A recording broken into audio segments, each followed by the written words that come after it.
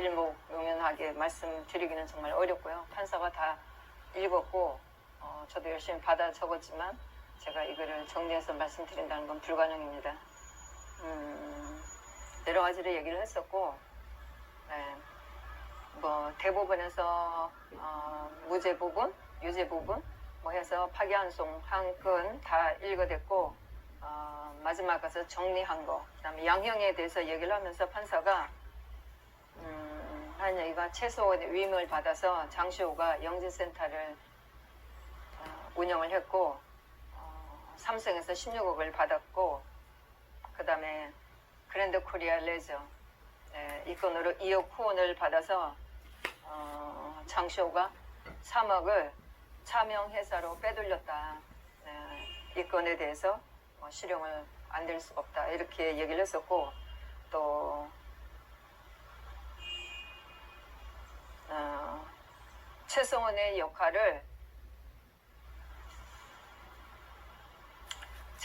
일정한 역할을 하면서 영재센터를 실질적으로 운영을 했다. 사업 자금을 모았다. 그래서 실형이 불가피하다. 그러나 잘못을 인정했다. 그렇게 하고 김종하고 또 대통령하고 또 뭐라고 한 거, 공보 뭐 가담한 거에 뭐 또 뭐라고 얘기를 했고, 그 다음에 이제 그 양형 얘기하면서 횡령한 금액 일부를 영재센터 운영에 사용한 것은 사실이고, 그리고 일부를 변제를 했다. 뭐 금고 이상의 처벌을 받은 게 없고, 관련 사건은 성실히 임했고, 실제 사건을 밝히는데 공이 크다. 장시호가 검찰의 도움이라는 말은 다 알고 계실 거예요. 그래서 다른 피고인들과의 형평성을 고려를 했다. 이렇게 얘기를 했고, 김종에 대해서 문체부 제2차관으로 최서원의 사익 추구에 기여를 했다. 그래서 문체부 직원으로 그랜드 코리아 레즈에 자신의 뭐 권리, 직권 이런 거를 남용을 해서 2억 원을 후원하도록 했다.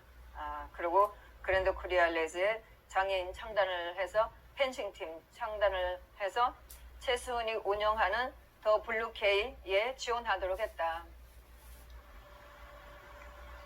한숨이 정말 최수은 장시호 얘기할 때도 그렇고 김종 얘기할 때도 한숨이 너무나 나오는 거예요. 판사가 뭐 대통령을 재판한 판사마저도 그 모양이니 뭐 이쪽에 있는 판사가 뭐를 알겠어요. 지뿔도 모르는 것들이 지 판결에 지 재판에 이따위를 넣어놓고 김종에 대한 얘기를 하면서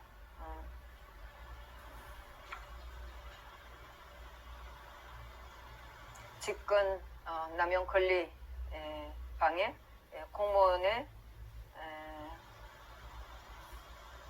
공무원이 뭐 갑질을 하도록 했다 이런 얘기를 했고, 또 문건을 공모 기밀 누설죄도 있어요. 김종은. 그래서 문건을 최수원에게 전달하도록 했다. 국회에서 허위 진술하도록 했다. 국회 허위 진술 증언한 부분도 김정은 혐의를 가지고 있어요. 그래서 이런 걸로 봐서 김정도 실형이 불가피하다 이렇게 했고, 그렇지만 뭐 김정이 반성했다 이런 얘기들을 했었고, 그 다음에 그랜드 코리아 레즈 업무 대행 요거는 더 블루 직권남용 권리행사 방해, 또 이것도 블루케이에 더 블루케이에 지원한 것은 최소원의 무리한 요구가 있었다. 무리한 요구가 있었는데 이것을 최소원 씨가 제대로 하지 않도록 일부 경각심을 준 내용이 있다. 요것도 양형에 참고를 한다. 이렇게 얘기를 했고, 직권남용 권리행사 방해 김종이 어느 정도 가담한 것이 있지만 참작할 여지가 있다. 이렇게 얘기를 했었고, 그렇게 해서 최서원에게 이익이 될 만한 이득은 준 것이 없다. 뭐 초범이다. 그리고 또 장시호 관련 또 뭐라고 했었나요? 이것도 뭐를 제어한다고 그러고, 그래서 장시호는 1년 5개월을 줬습니다. 그 전에 1년 6개월이었는데 1개월을 빼줬네요. 어차피 장시호는 1년 6개월을 다 살았어요. 네, 그래서 문제가 없었고, 김정은 2년을 오늘 때렸는데 김정이 그 전에 3년을 받았어요. 그러니 이 인간이 얼마나 좋았겠어요. 나오니까 뭐 사람들하고 악수를 하고 웃으면서 악수를 하고 그러는데, 정말 판사가 너무 내용을 모르고 있으니까 정말 목구멍까지 올라오는 얘기가 있었지만 그게 무슨 소용이 있겠냐 하는 생각이 들더라고요. 저 판사가 뭐를 알겠어요. 그리고 제가 소리 지른다고 해서 저 판사가 뭐를 알겠어요. 정말 장시호는 잽싸게 나왔어요. 장시호는 여자 변호사랑 왔었고, 김정은 남자 변호사랑 왔었고, 또 한 분이 왔었던 것 같아요. 지인으로 온 것 같고, 김정희나 장시호한테 그따위로 살지 말라고 소리 지르고 싶었지만 참 그 말도 구차하다는 생각이 들었어요. 목구멍까지 나오고 정말 목이 간지러웠지만 하지 못했습니다. 그리고 장시호는 재빨리 계단을 엘리베이터를 타고 내려간 것 같고, 김정은 계단을 내려왔는데 저도 계단으로 내려왔습니다. 바로 내려와서 1층으로 내려갔고, 제가 사진을 찍으면서 소리를 쳤는데 카메라가 또 뭐 지금 거꾸로 돼 있어갖고 제대로 되진 않았었고, 또 뭐 1층으로 내려가 있어서 제대로 들리진 않았는데 제가 두 번째 소리 지르니까 쳐다보긴 하더라고요. 우기자도 없는 상황에서 정말 이런 재판을 보면서 대통령 탄핵에 이 진실이 언제나 제대로 밝혀질까 막막하다는 생각이 들더라고요. 모든 재판에서 지금까지 판사들이 개판을 해놓은 걸 사실로 이었고, 판사들이 다른 재판에서도 전부 다 최서원과 대통령을 공모하여, 장시호가 공모했고 가담하여 최서원의 사주를 받아서 전부 다 있다고 해요.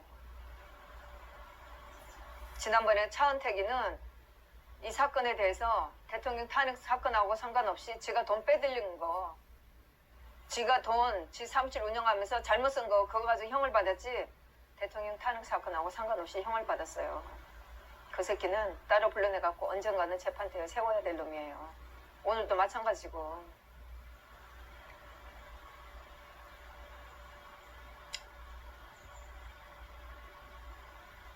대통령과 공모한 최서원의 사주를 받아서 삼성에서 돈을 받았고, 장시호는 돈을 횡령을 했고, 김정은 대통령과 공모한 최서원의 얘기를 듣고 업체가 돈을 기여하도록 했고, 최서원 씨한테 문건을 주었고, 이런 말도 안 되는 재판을 모든 재판에서 있다고 해요.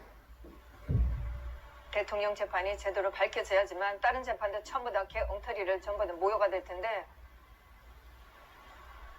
전부 다 밑에 있는 것들을 이따위로 해놓고 막상 정리해야 될 박 대통령 재판은 아직 저러고 있어요.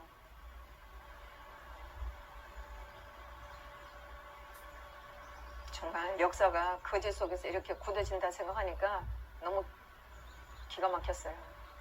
정말 한숨이 안 나올 수가 없어요. 제가 한숨을 쉬니까 법원 직원들이 와서 저보고 조용히 하라고 하는데 정말 너무너무 답답해서 도저히 가만히 있을 수가 없어요. 한숨밖에 나오지가 않아요.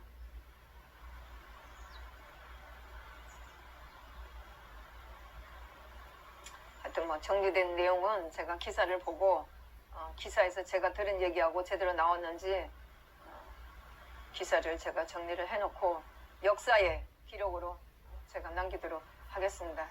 정말 울고 싶은 판사 얘기를 들으면서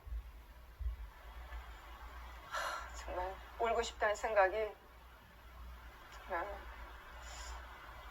정말 어쩌면 판사들이 하기야 원래 기준에 드는 재판 자체가 개엉터리니까 저 판사가 뭐를 알겠어요. 네, 오늘 이런 재판을 봤습니다. 감사합니다.